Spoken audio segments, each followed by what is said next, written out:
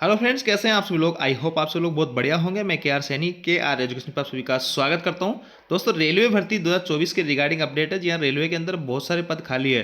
Railway में कर्मचारियों की भारी कमी को देखते हुए यहाँ पे रिटायर्ड कर्मचारियों को दोबारा से नौकरी लेने का रेलवे बोर्ड ने आदेश जारी किया है। तो जो भी रिटायर्ड कर्मचारी है और इंटरेस्टेड है रेलवे में दोबारा आना, तो वो जो है इसके लिए क्या क्या कंडीशंस है। और देखिए, ये बात साफ जाहिर है कि यहाँ पे रेलवे के अंदर काफ़ी जो है मात्रा में कमी है कर्मचारियों की, तभी जाके यहाँ पे रिटायर्ड कर्मचारियों को दोबारा से लिया जा रहा है। तो नई भर्ती पे इस पर क्या असर पड़ेगा, सारा कुछ वीडियो में बात करेंगे। और इसके लिए कौन कौन आवेदन कर सकते हैं, तो रेलवे बोर्ड का आदेश है, नई भर्ती पे किस प्रकार से इफेक्ट डालेगा ये सब चीज़ों पे अपन बात करेंगे। तो सबसे पहले मैं आपको लेटर दिखा देता हूँ, ऑफिशियल अपडेट है और लेटेस्ट अपडेट है।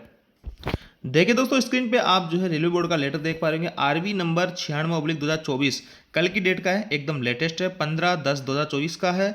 और सभी जो जनरल मैनेजर है उनको लिखा गया है, ऑल जोनल रेलवेज और प्रोडक्शन यूनिट आरडीएसओ। और अब सब्जेक्ट के अंदर लिखा है री engaged of retired staff against vacant post and contractual base. ये नहीं, संविदा के ऊपर, कॉन्ट्रैक्ट के ऊपर जो रिटायर्ड कर्मचारी है उनको लगाने की बात की जा रही है। तो ऐसी जो है रेलवे के अंदर क्या जरूरत पड़ी कि रिटायर्ड कर्मचारियों को दोबारा से यहाँ पे लाने की आवश्यकता पड़ रही है। तो इससे एक साफ बात जाहिर है कि रेलवे के अंदर पद से कई सारे पद यहाँ पे खाली है। देखिए लिखा है, keeping in the view the difficulties being experienced by zonal railways due to vacant post of supervisor staff, it has been decided by the board that railway may re-engage retired staff in exchange of service against the vacant post will with following condition। ये कुछ condition इन्होंने जो है रखी है कि ये condition अगर फुलफिल होती है तो आप यहाँ पे जॉब कर सकते हो रेलवे के अंदर। और जो पोस्ट वगैरह खाली है, वैकेंट पोस्ट है, ये लिखा है यहाँ पे।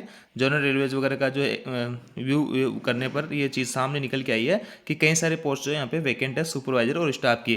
तो देखिए कौन कौन लोग इसमें आवेदन करेंगे।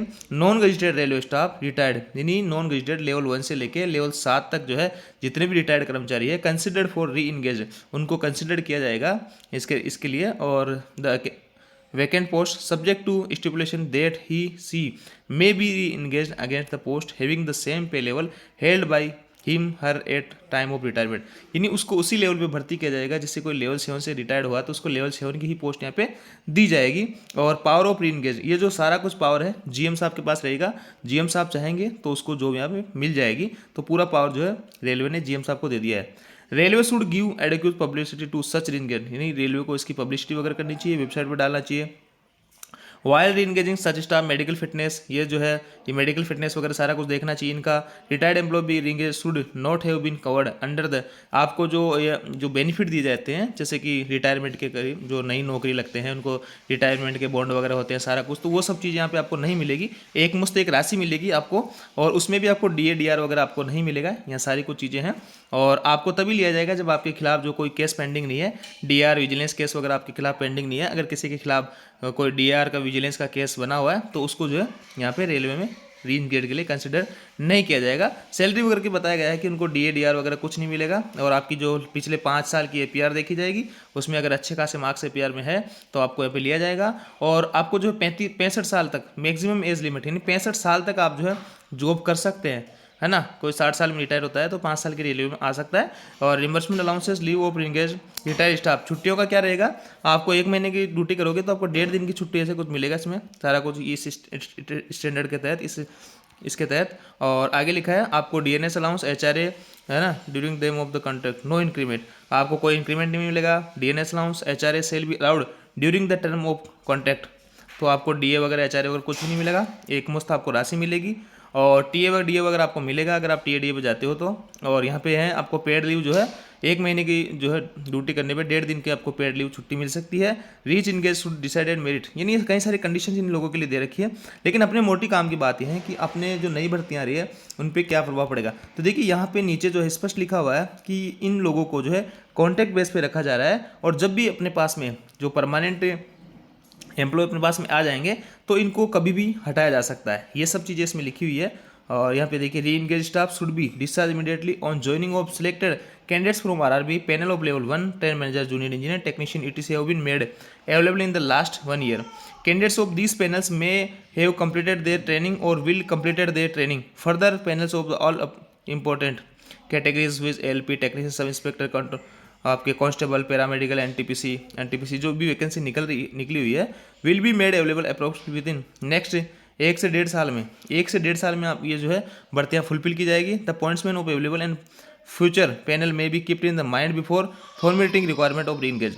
ये नहीं जो पॉइंट्समैन वगैरह के जो अवेलेबल है पॉइंट्समैन और जो फ्यूचर में अपने पास पैनल मिलने वाले हैं उनको ध्यान में रखते हुए फिर री इंगेजमेंट का प्लान यहाँ पे करना चाहिए। और जब भी अपने को नया स्टाफ मिल जाएगा, not made in charge of unit in the division और in the construction unit, reengage staff shall not be given the financial and DA और पावर्स, यानी ये सब चीज़ें लिखा है कि इनको फाइनेंशियल वगैरह कोई पावर नहीं दिया जाएगा, ये किसी को मेडिकल का सर्टिफिकेट नहीं दे सकते हैं, सेफ्टी का सर्टिफिकेट नहीं दे सकते हैं, कितना ही बड़ा जो पद से रिटायर हुआ लेवल से उनके अंदर, लेकिन उन चीज़ों से वो दूर रहेगा, है ना। और वो जो यहाँ पे कंसीडर कर सकता है, रिकमेंड कर सकता है कोई भी फाइनेंशियल काम होगा उसके लिए, बाकी उसके पास में कोई अधिकार यहाँ पे नहीं रहेंगे। एक मुश्त इनको राशि मिलेगी और राशि वो रहेगी जो रिटायरमेंट के टाइम पे जो रिटायर होते हैं उस टाइम पर उनकी जो सैलरी थी उसमें से अगर उनका पेंशन को घटा दिया जाए तो बाकी जो पैसा बचेगा वो उनको यहाँ पे दिया जाएगा। तो देखिए यहाँ पे आपको एक बड़ी बात लिखी गई है कि 1.5 साल के अंदर आपको नया स्टाफ मिल जाएगा। कहने का मतलब जो भर्तियां भी चल रही है तो 1 से 1.5 साल में वो कंप्लीट होने के पूरे चांसेज यहाँ पे हैं और जो री इंगेज कर्मचारी है उनको हटा दिया जाएगा। ऐसा जरूरी नहीं है कि इनको पूरे 5 साल के लिए नौकरी पे दी जाए, तो कॉन्ट्रैक्ट बेस पे है, कहीं को लगाया जाएगा, फिर 1 आध साल जब भी नौकरी करेंगे ये, उसके बाद में जब भी अपने पास अवेलेबल होंगे आरआरबी के थ्रू जो कर्मचारी है तो इनको हटा दिया जाएगा। तो एक चीज़ यहाँ पे क्लियरली जो है समझ में आ रही है कि आपके कई सारे पद खाली है, जैसे कई सारे पदों के यहाँ पे मेंशन भी किया गया है और इन पे जो है दोबारा से री इंगेज कर्मचारियों को लगाया जा रहा है। और इसके अलावा दोस्तों यहाँ पे आपने देखा कि 1 से 1.5 साल में आपकी वैकेंसी कंप्लीट कराने की बात की जा रही है और वैकेंसी जो अभी चल रही है उनमें पदों की बढ़ोतरी की भी संभावना है। लेकिन दोस्तों जो अभी रेलवे ने कैलेंडर जारी किया था कि हम हर साल वैकेंसीज यहाँ पे जारी करेंगे, तो उस हिसाब से आपका एनटीपीसी का वैकेंसी बढ़ने का थोड़ा सा चांसेस कम लग रहे हैं, क्योंकि हर साल अगर वैकेंसी निकाली जाएगी तो फिर जो है यहाँ पे आपके पास वैकेंसी ज़्यादा नहीं बनने वाली। कई सारी चीज़ें हैं यहाँ से। बाकी एक चीज़ यहाँ पे बिल्कुल क्लियरली मेंशन है कि आपको रेलवे के अंदर बहुत सारे कर्मचारियों की ज़रूरत है और इसी वजह से रिटायर्ड कर्मचारियों को दोबारा से लगाया जा रहा है। मैं फिर से कहूँगा ग्रुप डी के अंदर आपको अच्छी खासी वैकेंसी देखने को मिलेगी।